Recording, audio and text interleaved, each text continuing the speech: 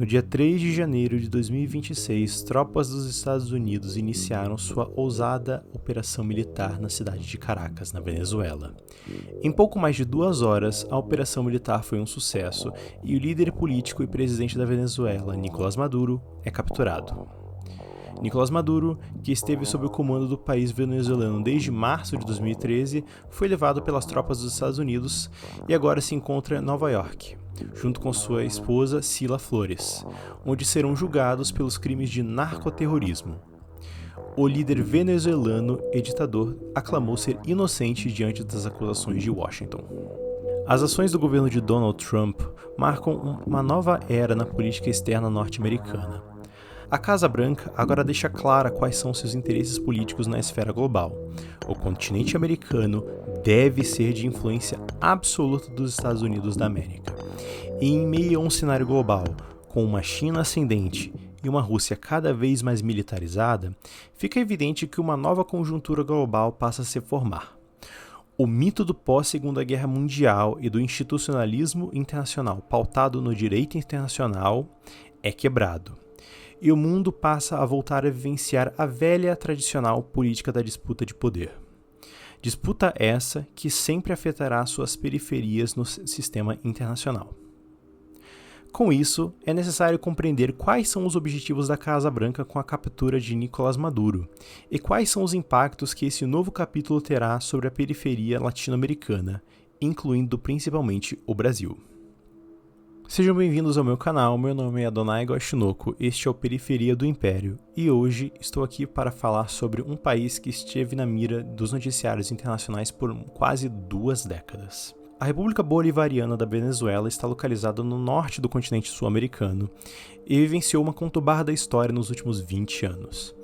Desde a ascensão de Hugo Chávez à presidência do país em fevereiro de 1999, o país passou por uma profunda transformação política, com o Partido Socialista Unido da Venezuela e seus aliados ganhando uma absoluta força dentro do Estado venezuelano, sobre uma promessa de uma política anti-imperialista e de maior integração e independência latino-americana na região.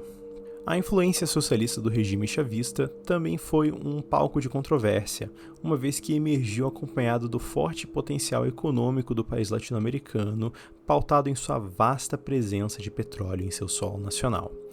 Estima-se que o país detém a maior reserva de petróleo do mundo, chegando a aproximadamente 300 bilhões de barris de petróleo. Petróleo este que não é de melhor qualidade, pois é caracterizado por uma viscosidade muito densa e com uma alta quantidade de enxofre dentro de seu material, necessitando de um vasto processo químico e industrial para seu refinamento. Todavia, isso não impediu o crescimento econômico do país. Fato é que no decorrer dos anos de 2001 até 2013, o país vivenciou um significativo boom econômico por meio da arrecadação do lucro da venda dos barris de petróleo no mercado internacional, com o arrecadamento da venda do barril de petróleo a venezuelano chegando a 60 bilhões de dólares só no ano de 2011. Essa expansão econômica petrolífera na Venezuela, cujo maior destino de exportação era os Estados Unidos da América, foi também acompanhada de um aumento de poder do regime chavista no país. Com uma forte expansão dos programas de assistencialismo social para populações mais pobres, muitos deles financiados através do lucro do barril de petróleo, e uma política externa de nacionalização de petroleiras ou a renegociação do lucro adquirido pelas empresas estrangeiras no país, como a ExxonMobil e a ConocoPhillips, que deixaram de atuar no país em 2007 após a onda de nacionalização de Hugo Chávez, resultando em uma maior participação da estatal venezuelana, a PDVSA, na exploração do petróleo do país, enquanto empresas como Chevron aceitaram uma renegociação com o Estado venezuelano. Essa nacionalização sobre as petrolíferas, muitas delas norte-americanas, foi em parte um marco na erosão das relações entre Caracas e Washington, que via as ações de Chávez como uma afronta aos interesses econômicos dos Estados Unidos na região. Relações essas que haviam passado por uma significativa erosão após a Casa Branca ter sido o primeiro país que imediatamente reconheceu o governo do opositor chavista Pedro Carmona durante uma fracassada tentativa de golpe de Estado na Venezuela, que foi orquestrada pela oposição venezuelana em abril de 2002. Assim, a sobrevivência do regime de Hugo Chávez, diante de uma tentativa de golpe de Estado que teve certo apoio do regime norte-americano, somado às políticas de nacionalização de Hugo Chávez, fizeram com que Caracas e Washington passassem a entrar em rumo a um confronto político que marcou uma significativa instabilidade política regional. Todavia, esse cenário emergia também junto com uma expansão de poder do regime chavista, principalmente por meio de seu aparelhamento das forças armadas e a participação de militares em diversas instituições governamentais. Elemento esse que foi acompanhado pela crise econômica que passou a assolar a Venezuela em 2013. Fator que foi fortemente causado pela dependência econômica que o governo chavista formou sobre a commodity e sua flutuação de preço no mercado global, com a economia petrolífera venezuelana representando quase um total de 75% das exportações do país. Esse cenário, como muitos devem saber, foi acompanhado da ascensão de Nicolás Maduro ao poder na Venezuela, logo após a morte de Hugo Chávez em 5 de março de 2013. A ascensão do ex-vice-presidente Maduro para o cargo da presidência da República na Venezuela demonstra que houve uma tentativa por parte do regime chavista em garantir a sua continuidade no poder do país. Fator esse que foi acompanhado de um problema em que já emergia já no regime de Chávez. A forte onda de inflação que assolou o país no decorrer de 2013, causada em parte pela dependência econômica do regime sobre a venda do barril de petróleo no mercado internacional, somada também à forte impressão desenfreada da moeda venezuelana, o bolívar. Essa forte impressão da moeda venezuelana foi o estopim para uma longa década de instabilidade econômica no país. Fator esse que também ganhou força com as diversas sanções econômicas impostas por Washington em 2014. Como todos sabem, a Venezuela foi um marco histórico de hiperinflação, atingindo números astronômicos no decorrer de 2016 a 2022. Esse cenário de hiperinflação, como muitos sabem, resultou em uma longa crise no país,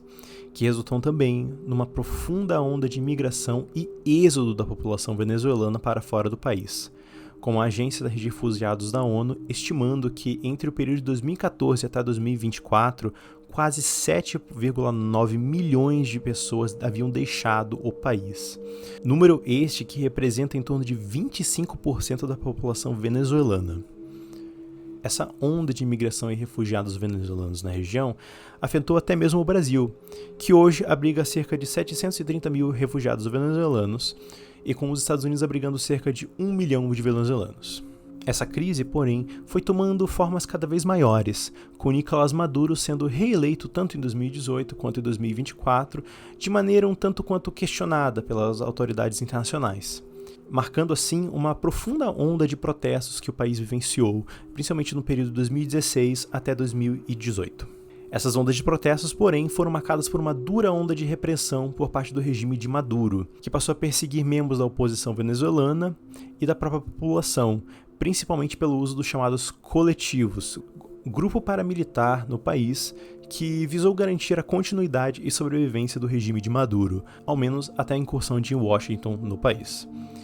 Essa brusca onda de violência também foi acompanhada de acusações de Washington, que acusou a ala militar do regime de Nicolás Maduro de estar envolvidos no narcotráfico, a fim de financiar seu falido regime. Esse narcotráfico ficou principalmente ligado à atividade do tráfico de drogas como o pó, que nesse caso eu não preciso dizer o que eu estou falando quando digo pó. Droga essa que teve destino, ao menos pelas palavras de Washington, no solo norte-americano por meio do chamado Cartel de los Soles. Esse elemento foi um dos fatores que justificou a operação militar norte-americana do país, que inicialmente adotou uma política de bombardeamento de barcos de origem venezuelana na região do Caribe, aclamando estar destruindo barcos de traficantes ou narcotraficantes que traziam a droga para o solo norte-americano. Essa acusação, todavia, não revela ter um forte embasamento na realidade, com a própria instituição norte-americana, a Drug Enforcement Administration, aclamando que boa parte da droga e pó que circula na região da Venezuela até o solo americano não é de origem venezuelana, com a maioria dos fluxos desse tipo de droga que vão aos Estados Unidos tendo origem em países como Colômbia, Panamá e México. Além disso, vale salientar que grande parte das mortes causadas pelo consumo de drogas que afeta a sociedade norte-americana não é o pó, e sim o uso de drogas sintéticas, como o famoso fentanil, que tem origens principalmente vinda de países como a China. Assim, logo após a captura de Maduro, Trump, durante uma coletiva de imprensa na Casa Branca, declarou que os Estados Unidos iriam governar a Venezuela, além de gerenciar a venda e extração do petróleo venezuelano por meio de petroleiras norte-americanas. Com isso, é necessário se perguntar o real motivo que levou Washington a indagar em tal ação militar. Ação essa que rompe em muito com a tradicional visão formulada pela comunidade internacional no pós-Primeira e Segunda Guerra Mundial de respeito à soberania dos povos e das fronteiras de cada estado na conjuntura internacional. O que passou a emergir com a ascensão de Donald Trump na Casa Branca, principalmente em seu segundo mandato, revela ser o retorno dos Estados Unidos para uma velha e tradicional política que o sistema internacional já vivenciou por muitos séculos, pautada principalmente pela lei do mais forte e anarquia internacional, com os estados buscando individualmente garantir sua sobrevivência, gerando assim uma ruptura da visão institucionalista do pós-Segunda Guerra Mundial. Assim, o centro passa a ditar as novas regras do jogo e cabe à periferia a se adaptar a essa nova realidade. O cenário que emergiu na Venezuela, principalmente no período de Nicolás Maduro, era pautado principalmente numa aproximação do país venezuelano com países como China, Rússia e Irã, estados que Washington passava ativamente a ver como sendo seus rivais na busca por garantia de sua hegemonia global. A presença de um país no continente americano que buscava ativamente a se afastar da órbita de influência dos Estados Unidos foi vista por Washington como inaceitável. E o cenário econômico e político que existia na Venezuela de Nicolás Maduro, que manteve essa proximidade com o Kremlin ou Teherã, por meio principalmente de cooperação militar, revela ser um dos principais motivos que levaram à ação norte-americana, uma vez que Washington visa minar os interesses desses estados no cenário internacional. Todavia, aqui é válido destacar que, mesmo diante das declarações do presidente norte-americano, é necessário destacar que seus interesses de controle sobre o país venezuelano, principalmente da sua área petrolífera, não estão sendo totalmente materializados. A Venezuela ainda continua sob a administração de um regime chavista, só que agora sob a tutela da vice de Maduro, Delcy Rodrigues, que assumiu o cargo de presidência logo após a captura de Nicolás Maduro, revelando que os Estados Unidos estão em certa medida buscando garantir uma pequena estabilidade no país latino-americano, provavelmente buscando não repetir o desfecho ocorrido no Iraque em 2003. Cenário esse que resultou numa forte instabilidade e violência sectária no país e em todo o Oriente Médio, e resultou também numa forte expansão do Irã para dentro do Iraque. Com isso, esse cenário que emergiu no país após as ações de Donald Trump revela ser de certa precaução política. Com Trump não demonstrando ter interesse em fazer uma total mudança de regime à la Iraque, declarando não estar confiante na capacidade da oposição da Venezuela em gerenciar o país, principalmente na figura de Maria Corina Machado, líder e opositora venezuelana, em assumir a liderança do país, já que o próprio presidente norte-americano declarou que Machado não tinha tanto apoio dentro da Venezuela. Aparentemente, Washington parece se contentar com a presença da vice de Maduro, Delcy Rodrigues, que já deixou claro que está aberta a negociações com Washington e visa formar acordos para a venda e administração da exploração de petróleo venezuelano para empresas norte-americanas. Essa ação, que remete muito às ações imperialistas no século XIX, orquestradas pelos antigos países do centro europeu, revela, sim, uma nova regra no jogo da conjuntura global, que passa a definir a política externa dos Estados Unidos. Fator que também pode ser enxergado a partir da ofensiva norte-americana a navios cargueiros em águas internacionais, principalmente ligados a países como Rússia e Irã, com a marinha norte-americana passando a engajar em uma ação de tomada desses navios cargueiros como uma forma de pressionar esses seus estados rivais. Assim, uma importante questão passa a emergir para as elites de Brasília, que até o momento seguem uma política externa pautada em um forte institucionalismo e multilateralismo internacional, buscando se aproximar de diversas organizações internacionais a fim de promover uma espécie de jurisdição global para garantir a soberania e o respeito mútuo entre todos os estados na conjuntura global. Essa posição de apelo às instituições internacionais sempre esteve fadada ao fracasso, uma vez que as próprias elites brasileiras que passavam a ocupar a posição de liderança da nova República de 88, em sua época, viviam já um novo cenário na conjuntura global, um pautado em uma ordem unipolar sobre a direção dos Estados Unidos da América, que detinha e ainda detém imenso poder sobre as instituições internacionais que o governo brasileiro tanto defende. Fato é que até no ano de 2024, 22% do financiamento da ONU é de origem estadunidense, sendo ele um dos maiores contribuintes da ONU até o momento. E esse cenário se repete em diversas organizações internacionais, com os Estados Unidos sendo um dos maiores mercados consumidores globais, tendo imenso poder em organizações como a Organização Mundial do Comércio, sendo um forte contribuinte para o Banco Mundial também. Cenário esse que se repete constantemente. Com isso, apelos a tal comunidade internacional e a Organizações das Nações Unidas, como foi formulado pelo governo do presidente Luiz Inácio Lula da Silva, logo após o ataque dos Estados Unidos em solo venezuelano, sempre vão ser falas apenas pautadas em uma retórica ideológica e sem ação. Veja bem, não estou dizendo que o Brasil e a periferia global devem agir por meios belicosos diante das ações norte-americanas, mas existe sim uma necessidade por parte do Itamaraty e do governo brasileiro em reformular uma nova estratégia para se adaptar à nova realidade global, uma ela, como eu já falei antes, pautada na força. Dessa forma, Brasília, caso queira garantir a continuidade do seu regime, precisa escolher entre uma ação mais conflituosa com Washington ou uma continuidade de sua política institucionalista e ideológica. Política essa que trouxe muitos benefícios para a elite de Brasília e para a nação como um todo. Fato é que a aproximação com países como China, Rússia e demais países que compõem o chamado BRICS trouxe fortes ganhos para a administração atual, principalmente na área comercial e na sua política de desdolarização, para se desvincular do poderio econômico norte-americano. Assim, Brasília precisa rever se existe de fato um interesse ou benefício em uma política externa que entre com maior confronto com os Estados Unidos, uma vez que existem benefícios claros e sólidos em estar sobre a asa de proteção dos Estados Unidos da América.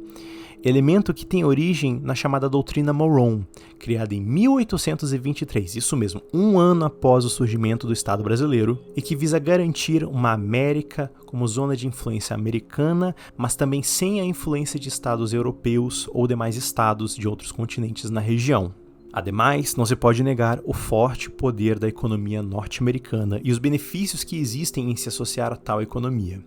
Todavia, os tempos mudaram, e Brasília colhe os proveitos de uma aproximação com novos parceiros globais, em destaque a China, rival geopolítico dos Estados Unidos da América. O que demonstra, assim, para o Brasil a necessidade de analisar quais são os ganhos e perdas em adotar tal estratégia, uma vez que Brasília claramente não quer cair em um cenário de confronto diante do presidente norte-americano. Porém, ao mesmo tempo, não quer desagradar seus novos aliados, principalmente no Oriente, ou sequer abandonar sua estratégia política de multilateralismo e integração com diversos outros países, principalmente os chamados países do Sul Global,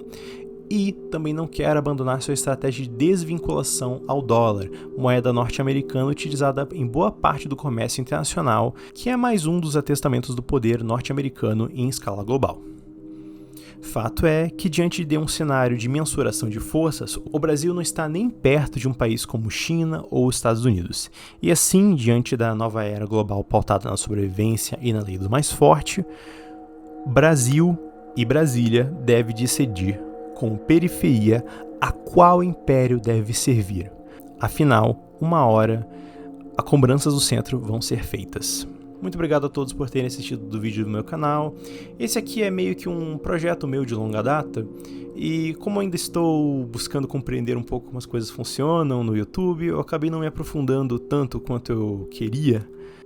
Mas caso queiram continuar ouvindo minhas opiniões e análise de política externa, ainda mais de alguém que é desta área, não esqueçam, por favor, de dar um like